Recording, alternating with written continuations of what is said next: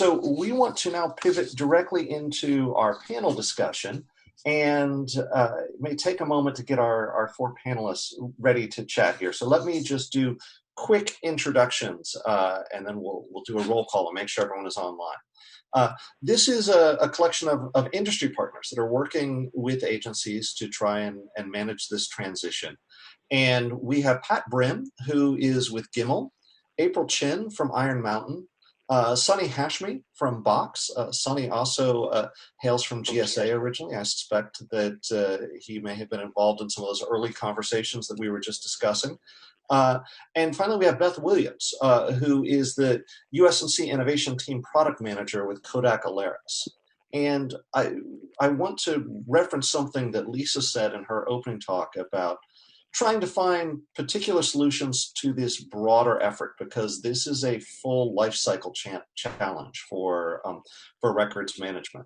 It is about digitizing old records. It is about moving to born digital, and making sure that this can be something that makes the data more useful, not just getting boxes of paper scanned and off to storage. But before we jump in on that, I want to make sure everyone is here. April, I see you on screen. How are you this morning? Yep, I'm good. Thank you, Troy. Thanks for having me. Absolutely. Pat, are you here? Good morning, Troy. Good morning. There we go. See you now. Sunny. I'm here. Can you hear me? I can indeed. Thank you. And good artwork there, my friend. Thank you. And Beth, how are you this morning? I'm fine. Good morning. Good morning. All right. Well, we have everyone. And so let's jump in. Again, I want to remind people that full bios are on the website if you want to go there. But I want to make sure that we let folks talk about their expertise rather than about their past jobs here. So one of the things that, as we talked in preparation for this panel, I think each of you in one way or another told me that simply getting paper records converted to electronic misses the point and misses the opportunity here. Can each of you give the kind of 60-second take on what you see the real point being and what you're trying to help your agency partners do? And let's sort of go in reverse of how I introduce people. So Beth, let's start with you if we could. Yes, good morning and thank you. Beth Williams from Kodak Alaris. We're a company that provides capture solutions powered by decades of image science experience and expertise. We're based in Rochester, New York.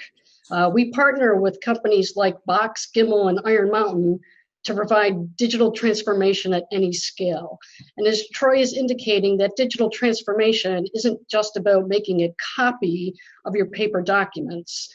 The usability of the information and the data that's captured associated with that is also critical.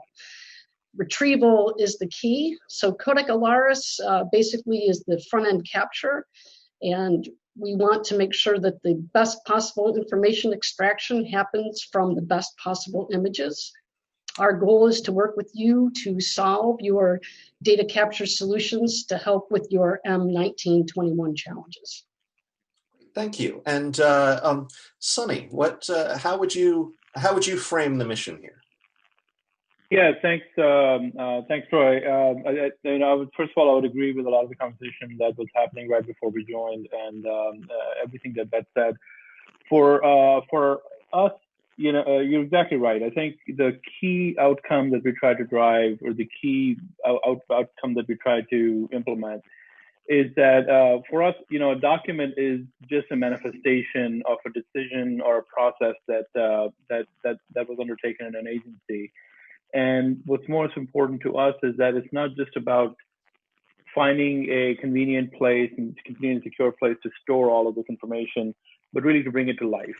And what that means is, at the very minimum, getting intelligence from the data that you're managing or storing. And that intelligence could come from, document intelligence, OCR, machine learning-based extraction of metadata. But then, even more importantly, driving decisions and insights into an agency's operations from that data. Far too long, we manage records management as a science of, we categorized and stored information so that it can be found later. And that is, in my view, the bare minimum that we need to allow in the electronic realm. but ideally taking it further into the environment where that classification, that identification, that intelligence can then help the agency drive mission outcomes, identify potential threats to people, identify opportunities where agency can do better, being able to drive better outcomes faster from the information that the agency is managing. Great. And Pat, anything you would add to that framing, especially given the perspective that Gimel brings to this conversation? Mm-hmm. Yeah, so as we've worked with departments and agencies, Gimel's been in the records business for almost 20 years. It really becomes clear that there's pockets of automated records management. A lot of it's around case management, those kind of requirements. So we've really never realized an enterprise records management kind of vision at an end user level. But there's been a real technology shift in the last few years that Gimel's jumped on along with our partners that we work with, and that is being able to find content and records closer to where an end user works, being able to crawl that and manage content and records in place. I think starts to put you on that path, and I think M-19-21 has really reignited that conversation. The closer you can get to the end users and how they work and capture that content and those records at that moment, the more they really focus on their mission, and the more records managers focus on doing the business of records management. So we really look at how you can manage records decentralized way or in a combination, but really driving it out to the end user community. And I think the next few months, things are pretty exciting right now with records, and it's going to be great to work with agencies as they move into compliance, but also really discover the benefits of managing records across the enterprise. Great. And I want to come back to that end user question of, how, when, sometimes if to involve them. Mm-hmm. But April, let you sort of bring us home on the what the point is here and what you're trying to help your partners achieve. Sure. Yeah. So, I completely agree with what everyone else has said already. The point is to not just check the box, hit a mandate and move on. It is to really rethink how you can modernize your entire records and information management program across the at every life cycle stage of an asset. And when we think about the point of this is to be prepared, right? To be prepared to be able to pivot and adapt in just ever-changing times. And I think just to put a different spin on this, a very salient example is as we think about the current pandemic and how important it is. It's really brought to light how important it is that organizations have modern records management programs that actually enable information exchange. And that's something beyond what you said and others had said. It's just converting records to a digital format. It is not enough. If you're not empowering that data to be easily searched, easily accessed, and processed, you're definitely missing the point. As it relates to the information lifecycle that I was referring to earlier, that's where Iron Mountain has played a role with working with many other customers in the past. We view M-19-21 as a very great opportunity to really explore your information lifecycle program and really think how you can tackle new bits and pieces of it with a modern spin. Mm-hmm. Okay. And April, let's stay with you for just a moment on that. Sure. Using the M-19-21 mandates. Can you give an example of how how an agency might be able to sort of think about those broader benefits as they're moving to you do have to check these boxes, but you want to go beyond that. So in the compliance, making sure that it's moving to those broader benefits. How do you make this about modernization and improvement? So I think you have to think about, in my view, it's about workflow and processes and people. I think it's easy when you look at the checkbox items, it's easy to think about it as a very almost tactical or tangible exercise of, you know, the verb of scanning. but it's a shift in how organizations fundamentally do work, fundamentally see data and use data. And so that modernization process, I think, comes with both looking at what types of new tool sets and technologies you can leverage, as well as how you can empower your own staff and people to understand how to use those tools correctly. Or not correctly, but rather more efficiently. So in terms of benefit that it can be gained, I think right off the bat, if you're looking at efficiency, you're talking about cost savings in terms of utilizing your own resources, your equipment, your facilities, your assets in an efficient way. And then also a time benefit of how your staff is reprioritizing their time so that they're moving away from those tangible, tactical tasks like, you know, finding records, handling physical records, searching through records, moving away from those tactical tasks to more mission critical tasks about making new decisions, figuring out a better way to, say, process claims faster, reduce your backlog, provide services to your constituents in a faster, more transparent way. And Sunny, can I ask you to build on that a little bit, particularly when it comes to the people and the change management side? How are you, how are you working with clients to help navigate that? Yeah, it's an important topic, and I think some of what Pat said earlier really resonates, as well as the larger kind of conversation. The way we look at it is that, you know, there's two things you need to do as you go through this transformation as an agency. It's not just about, like, you may have a set of paper records that just need to be scanned and turned into electronic just to meet the compliance mandate, and that's fine. But that, to me, is that's kind of shortchanging the opportunity, right?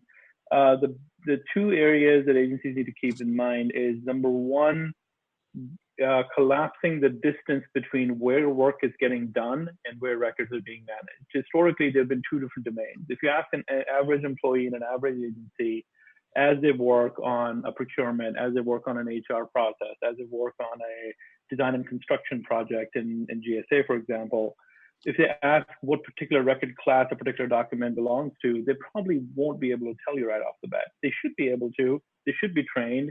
It is a responsibility for a federal employee to know their record classification for the work that they create or touch. However, the reality is that most people show up to work every day just to do a job. And their job, managing records is a secondary function that is usually not prioritized. And that's unfortunate.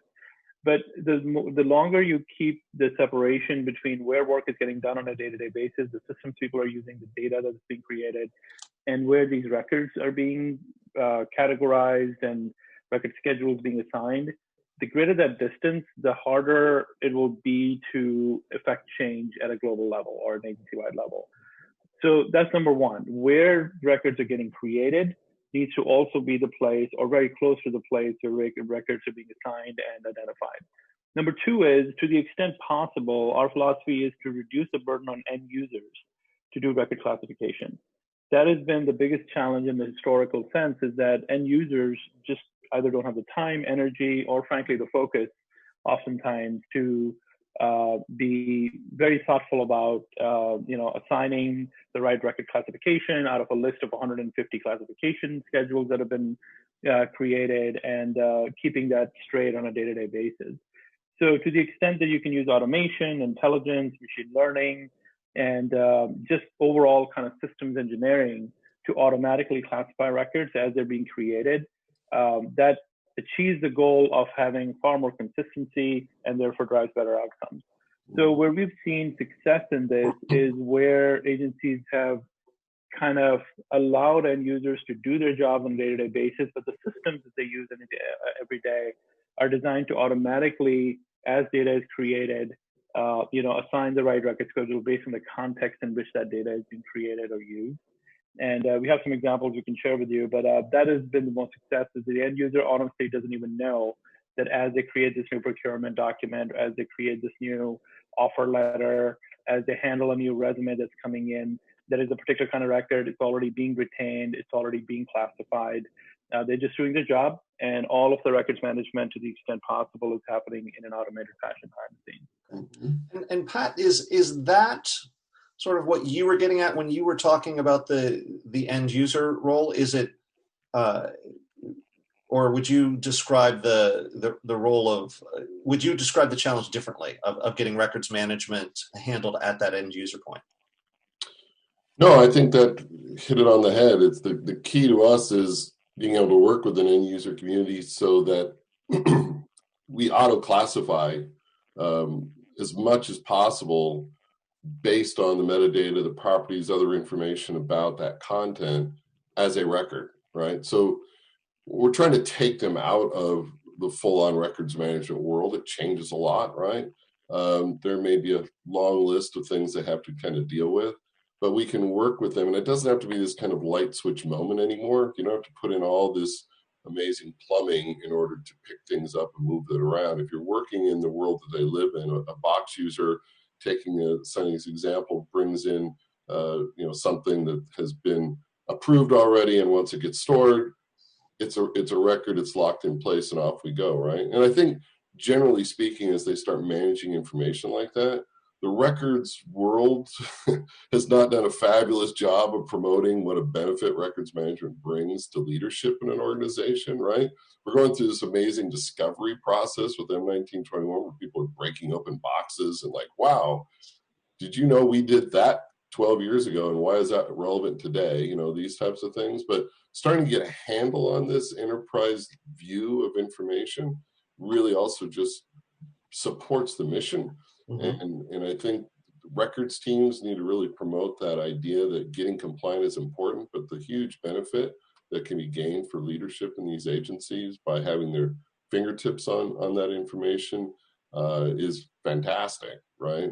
When people see an enterprise view that we provide, a dashboard view of kind of the health of their content and their records, the reporting that can come off of that and the information you can get from that to your leadership is really important to help them really benefit the agency and benefit the American public who they're working for, right? Okay. And Beth, one of the things that does come up, we're talking about pushing things out to the edge in the process, particularly for new records. But a lot of the questions that have come up this morning are from agencies that are wrestling with those archived records of how to deal with, to quote one, of older files that have been shoved into storage, mm-hmm. or things that are on multimedia that's not readily available. How would you allocate the technical challenges here versus that sort of workforce change management challenge? What are some of the specific, the technical friction points that you're seeing? Yeah, so backfile conversion is absolutely a challenge, especially for records that have been set aside, and as we were just saying, might not even know what's inside a box or what's there to convert. Our goal at Kodak Alaris is to make that process as easy as possible, to try and minimize the amount of sorting and things that you might need to do to get ready for that scanning process. We have devices that will cover a very wide range of media. And our goal is to basically, for example, be able to open a folder, do a minimal amount of document preparation, and then just feed that automatically with the touch of a button to convert all of that paper into very good quality images that can then feed all of these downline systems that we're speaking of. So that as someone that's doing that process, you can feel confident that you can go ahead and convert all of that, not have to worry about the sorting and the classification, let the machine learning and the post-scan processing really take over that. So I think the challenge is looking at this pile of paper and thinking that at that point, it all needs to be figured out.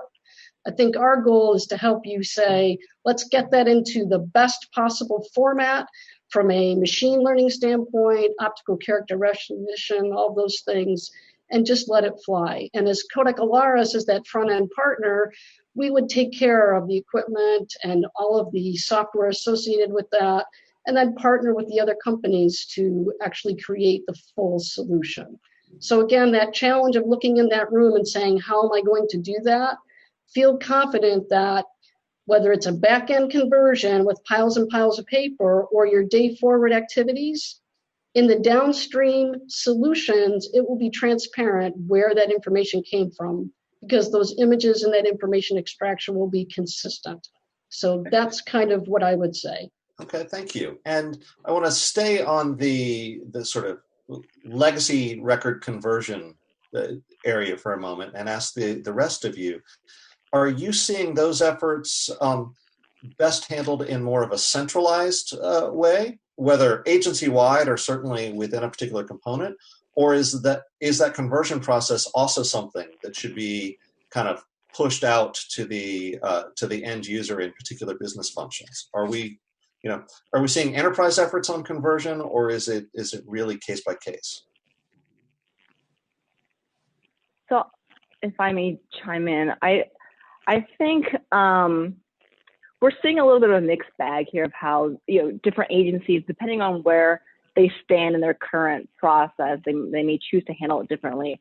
Our viewpoint, Armand, is that when you're thinking about your overarching strategy, you need to have a singular, centralized strategy that can be applied or can be used almost like as a guidepost for what the entire enterprise expects to accomplish. I think it's important to make sure that an agency as a whole is going to be on the same page. Obviously, different departments within that agency, they'll likely have their own unique circumstances, their own unique workflow that might need a little bit of tweaking, but having that centralized target on what you're trying to accomplish will go a long way to make sure that when all is said and done, you don't have Beth. One of the last things that Beth just said was consistency. You need that consistency in order to truly be successful and have that transformative change happen that you want to see out of M-19-21. So I think, to summarize, centralized oversight, centralized goals, but when it comes down to the actual implementation, it is probably better to decentralize a little bit so that you can tackle things in piecemeal one at a time. Good. Pat, Sonny, anything you'd add to that question? I mean, the one thing I'll say is I completely agree with April. I think that, and from my perspective, there's really no silver bullet answer to this. It kind of depends on the agency's circumstance. I do think that a divisional approach is the right one because there's no one size fits all, especially in a large agency that applies to every kind of record class, every kind of use case. So you need to kind of go mission area by mission area and really understand what data is being processed, what data is being created, how is it stored today, how is it classified, what are the appropriate record guidelines for this kind of data, and then implement a strategy around that particular use case. One thing I'll say is that somebody has to make difficult decisions along this process, right? So there's some painful decisions that have to be made as you're scanning legacy documents into a modern digital format. And those decisions pertain to when do we throw things away? I remember when we were GSA and we were migrating certain systems into modern counterparts, difficult decisions had to be made on how far back do we go in data conversion into the new system. And if you ask the end users, they will say, keep everything forever because I don't have the time or the energy to go through everything and make these difficult decisions. So just give me everything so that in case I have to at some point go back 15 years, I can do that.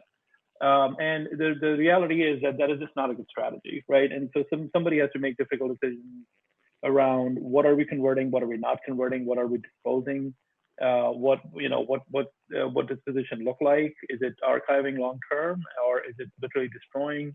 And those decisions can't be made in a very decentralized manner, because if you leave it to the end users, they will just want to keep everything forever.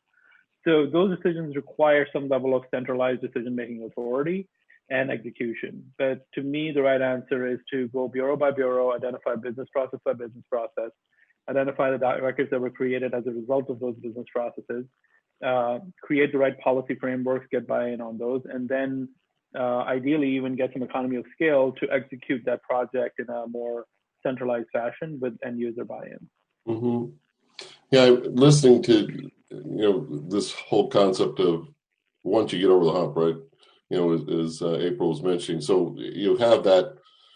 I'm working on some projects now, QAI and Gimel, where they have to get that first load digitized, right?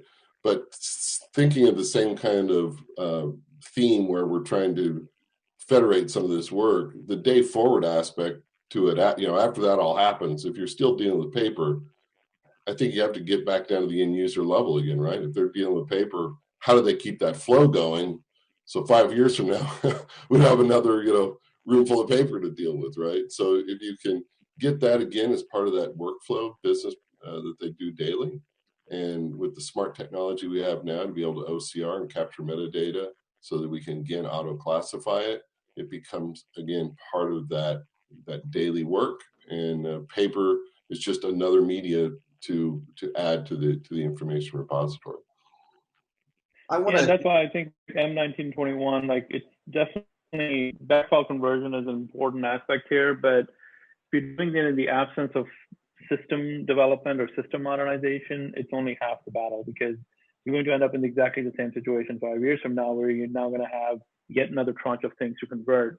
You have to think about how you're going to an electronic analog for the business process while you're thinking about backfile conversion, because if you don't provide a day forward strategy that creates digital first and digital always alternatives to the previous business process, it's we're just asking for another big challenge 5 or 10 years from now. So the two have to go hand in hand, and unfortunately that's a difficult thing to do, building new systems, automating new business processes, going digital analog. But we've seen agencies who actually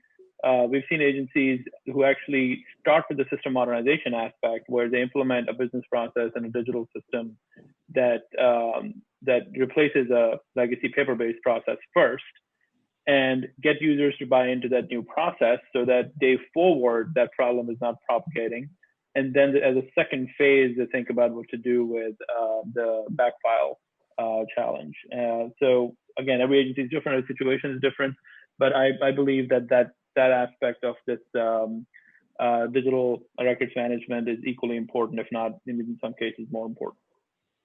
One question before we leave the backfile conversions came from the audience. I want to make sure we get to it before we pivot to the future processes. And it's just the cost question. And the question was that it's so expensive, and whether any of you had ideas on how to make that a more economical process. And I would add to that question, how are you seeing agencies identify, find the funding and find the justification for these expensive efforts? Yeah, it certainly is expensive. Oh, sorry, go ahead, please. No, go ahead, Sonny. I was just going to say, just briefly, it is certainly expensive because it's a personnel-heavy problem, right? It can't be automated. Like, somebody has to find the box, do the pre-processing, scan, index, identify, and so forth. It is all, so that's why doing it in a way that it needs to only be done once is the right strategy, and that requires thinking about a digital business process moving forward. One thing I'll say is that I've seen two different types of approaches to this. Well, some agencies do put a lot more effort into the pre-processing stage, where smart people are looking through a particular case file, making decisions up front. This particular record means this particular classification. Here's all the data we need to hard key enter. So that when it goes into the electronic format, it's classified, it's metadata tagged, and so forth. The problem with that approach is that it takes a significant amount of human effort up front, and that makes a process more expensive. It may be more organized and clean on the back end, but the process is much more expensive. Other agencies have done the route of, we're going to do as minimal pre-processing as possible. We're just going to scan everything in, and then we're going to rely on technology, machine learning, OCR, search, to be able to make the right decisions on where things go. And that may be less accurate or less clean on the back end, because you're basically just scanning every piece of junk that you have and then making some decisions on the back end. But it's definitely cheaper on the front end. So there's some sort of a kind of a decision criteria that means that maybe the truth is in the middle there, but you have to kind of think through what your goal is. April, yeah, and Beth, if you want. Yeah, just to add on, and I agree, there's many different ways to approach this, and I think Sunny makes a really good point that there's a give and take. You know, with one option, there's pros and cons. The other one is almost the flip side of the coin. Just something that I would mention on the topic of getting started and sort of getting over that initial upfront investment. There's something that our Mountain thinks a lot about is, before executing on your plan, before executing on your conversion, really sitting down and taking a close look at what your information inventory landscape looks like. It's not always prudent. There's use cases to digitize all, but it's not always prudent to do so right off the bat. One really, I think, invaluable exercise to go through is even just doing a look over of your retention schedules to verify that you're not holding on to documents that are well past retention, which is not only costly to store and costly to manage, but also is a compliance risk, right? To hold things past their legal retention. There's areas for cost saving projects that are, maybe you can view them as low hanging fruit that can help ease, I guess you say, ease that transition and cost, because you can, perhaps you can actually do a large disposition project to take down a fraction of your records, so you don't actually have to go through the process of digitizing and managing.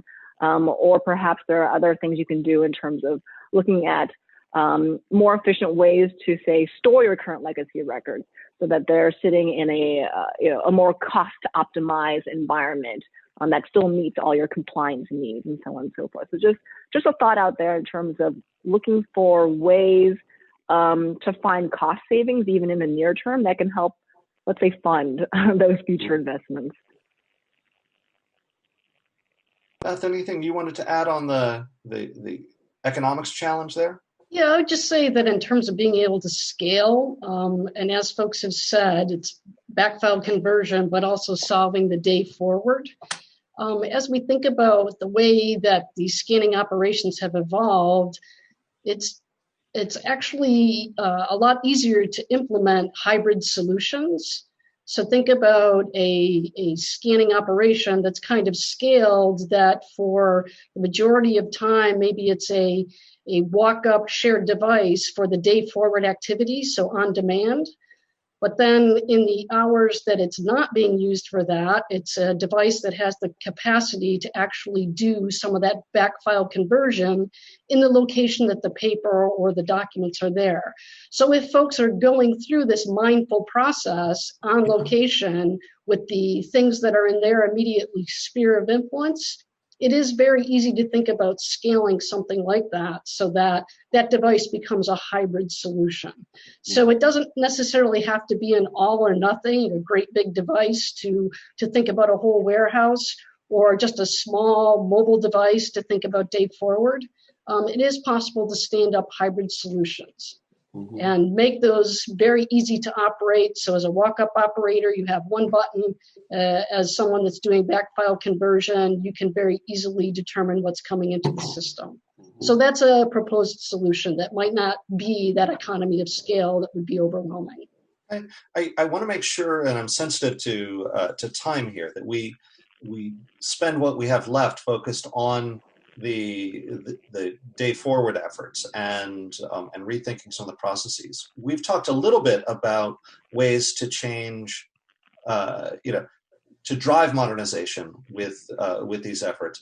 But I want to flip that around a little bit. Are there other modernization efforts underway that you're seeing, whether it's cloud migration, the automation that Pat alluded to in his opening remarks, other efforts that are making the electronic records management effort easier, or those efforts are working in parallel? Are there things that you're seeing that help agencies be a success in these efforts? Mm-hmm. Well, I would say that the cloud migration move has had a dramatic impact. Everyone staying and working at home has had a dramatic impact, because we've had a lot of calls from agencies saying, hey, we've been unable to reach this particular network or this or that, or we've moved everything into the cloud, and now we realize how do we manage it? It may not be quite up to snuff or up to compliance. And so a lot of that move to the cloud is driving much of the discussion. And even when you think about M-19-21 and even the scanning aspect and capture, where are you going to put this information? I mean, we got drawn into this event actually around trying to solve a problem for a client, with DocPoint, and using a pilot kind of approach. And where did they want to put it? Well, first they were going to put it in the cloud, then they were going to put it here or there, but eventually they decided we want to push this into the cloud, and then how do we manage it there? So I think that, and then the other aspect to it is there's technology now that is great at finding this information. As Sonny was pointing out, do we just put it in there and then index it with full text and try to analyze it in that way? There's a lot of techniques to that can make it quite interesting. We've plugged that kind of technology recently into our core record solution to help draw some of that information out, again, taking it really out of IT perspective, right, and put it into the hands of records and end users. So cloud-based full text indexing and being able to scan directly into a cloud environment and capture it, I think are all drawing a lot, or pushing a lot of the conversation. Sonny, anything you want to add there, or sort of how the cloud efforts in particular are facilitating this? Yeah, I mean, to my perspective, cloud technologies, period, are foundational to all of this, because of two or three things. So the scale that we're talking about now in terms of compute, storage, being able to search across massive libraries, it's just going to be exorbitantly complicated and expensive to do this in any model other than cloud. Number two, we're not just talking about PDFs anymore. We're talking increasingly about rich media. We're talking increasingly about video now that is part of case files. And all of that increases the pressure on the underlying systems that need to manage and deliver these records. And so cloud is something that is not just a nice idea anymore. I think it's going to be just necessary moving forward to manage this stuff at scale. When we're talking about petabytes and petabytes of information in every version and every metadata field, and applying policies consistently across trillions of documents, you're not going to be able to, or it's going to be very difficult to do that in a traditional model. Mm-hmm. That's one. As far as technologies beyond cloud is foundational. I am seeing, and this is not just a nice to have, oh my God, this is science fiction. We're seeing this in practice today of, agencies really relying on this next generation of technologies, namely machine learning, artificial intelligence, auto classification, to take a lot of human effort out of this process. And it's not just well, that's nice, but it's not accurate, or it can't be applied at scale. We're seeing high levels of accuracy. And it doesn't mean that people are no longer important. It's just that at the scale we're talking about, it's impossible to scale teams. We just heard from Dave Simmons over at GSA. He has a team of 4 people. There's no way a team of 4 people can manage terabytes and petabytes of information and sift through everything. And so these machine learning capabilities are now becoming kind of hand in glove with records teams to quickly identify, auto-classify, auto-index, full-text searchable, being able to apply, as an example, we're working with an agency right now that have converted to a fully digital system for doing case management. And as those records come in digital formats, machine learning can then identify which records have come in to apply the right policies, both in security and compliance, but also identify which records are missing and automatically notify the submitter on, hey, you're missing this particular record that is needed for your case to be processed. That takes so many hours away from a person going through file saying, oh, this is a particular kind of, this is a resume, this is a birth certificate, therefore I need to put it over here. That is the future, I think. And I think it is going to be increasingly important for records manager to learn and be comfortable with these technologies and capabilities, because they're gonna really save us as we move into electronic in the future. Great. Okay, and we are over time. There's one last question I want to squeeze in here, and April and Beth, I want to give you the first chance at it. And this is just about whether agencies are seeing this big picture. Pat mentioned sort of being brought into a project with a very specific question, and I'm curious if you're seeing agencies coming to you because they're thinking about how to manage this broader effort, or is it still at the individual project level where what you're doing is helping to bust the silos? And so, Beth, if we could start with you, and then April, and we'll give Sunny and Pat sort of quick final words. Yeah, so I think at Kodak Alaris, we deal with several partners that work with agencies and trying to achieve M-19-21. And I think over time, we have seen more and more folks that do have the aha moment and get it. I think that participation in events like this and the attendance and the interest generated when QAI hosts an event like this definitely shows that there is an uptick in understanding. I think that it's interesting to think that maybe it's being driven by M-19-21, but I do think just in terms of the whole evolution of how we do business as a whole, it is also a driving force behind this. Everybody wants to have great customer satisfaction, do their job as best as possible. And I think that the motivation and the goal to get this done is out there. We just have to, as an industry and as the subject matter experts, we just have to be the ones to help with that effort. And that's our goal here at Kodak Alaris. Thank you. April, your thoughts? Yeah, I mean, I agree. I do think that generally speaking, folks understand the bigger picture. They understand what there's to be gained in performing some sort of larger transformation. I do think, however, that because of sometimes factors outside of our just sheer desires, whether it's budget, timing, just resource constraints, that sometimes the trigger point into actually enacting change or beginning a project ends up being a very focused, singular project.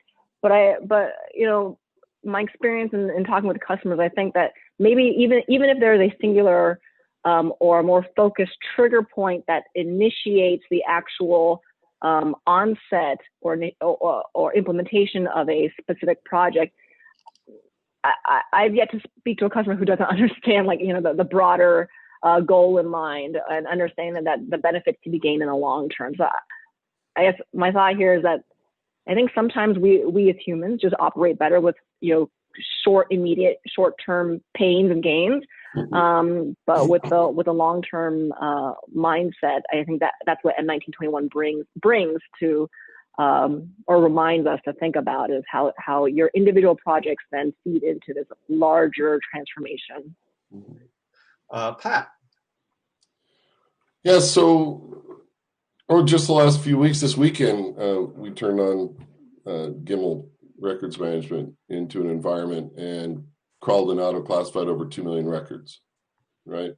And we had another example just prior to that, over 4 million records. And those sound like interesting numbers, but what's really interesting about it is that it was discovered, found, auto-classified, but now anything else that flows into those systems are going to be captured and auto-classified, right? So you have to roll up your sleeves, you have to do the work, you still have to do some analysis. We'd like to be able to press a button and robots take over, but right, I don't think we're quite there. So you have to do the work, but once you do some of that upfront work, you can let loose this technology and you can get started, right? Again, you're not having to turn a lot of pipes and wrenches here to get a whole lot of infrastructure in place these days to make really good things happen. So I think the M-19-21 has awakened a lot of that. and hopefully people start taking advantage of some of these advances in technology to really make it real across the enterprise. And Sonny, you get a very brief final word. Yeah, I think ditto to everybody. The only last thing I'll say is that M-19-21 can't just be a records management problem. If it becomes just a records management problem, then it's going to be a team of 4 people begging and borrowing across the agency to do certain things. It's got to be an all-of-agency approach that includes IT and includes the program management mission areas. And there needs to be something in it for them beyond just compliance with the NARA policies. All right. Well, thank you all for taking the time today and sharing some of the experiences that you're seeing out there as agencies wrestle with this. Hope you're able to stick around for the rest of this morning's presentations.